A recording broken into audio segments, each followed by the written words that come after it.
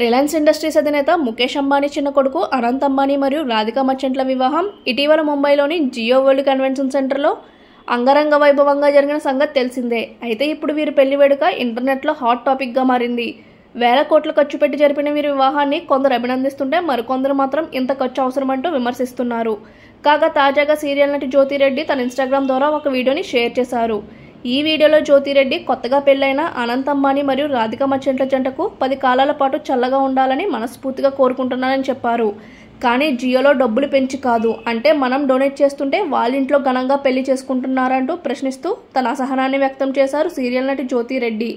అంతేగాక జియో ఛార్జెస్ గత సంవత్సరంతో పోలిస్తే ఈ సంవత్సరం ఛార్జెస్ చాలా ఎక్కువగా పెంచారంటూ చెప్పుకొచ్చారు జ్యోతిరెడ్డి.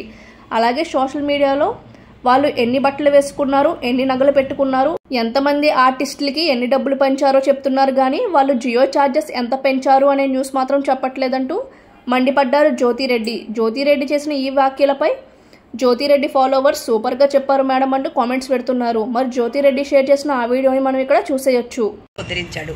ఇప్పుడు ఇది చూసిన తర్వాత ఇన్స్టాగ్రామ్ వాడు ఇదేంటి ఇది జియో కోసం చెప్పేశారు, అంబానీ కోసం చెప్పేశారు అని డిలీట్ చేయమంటారేమో నాకు తెలియదండి.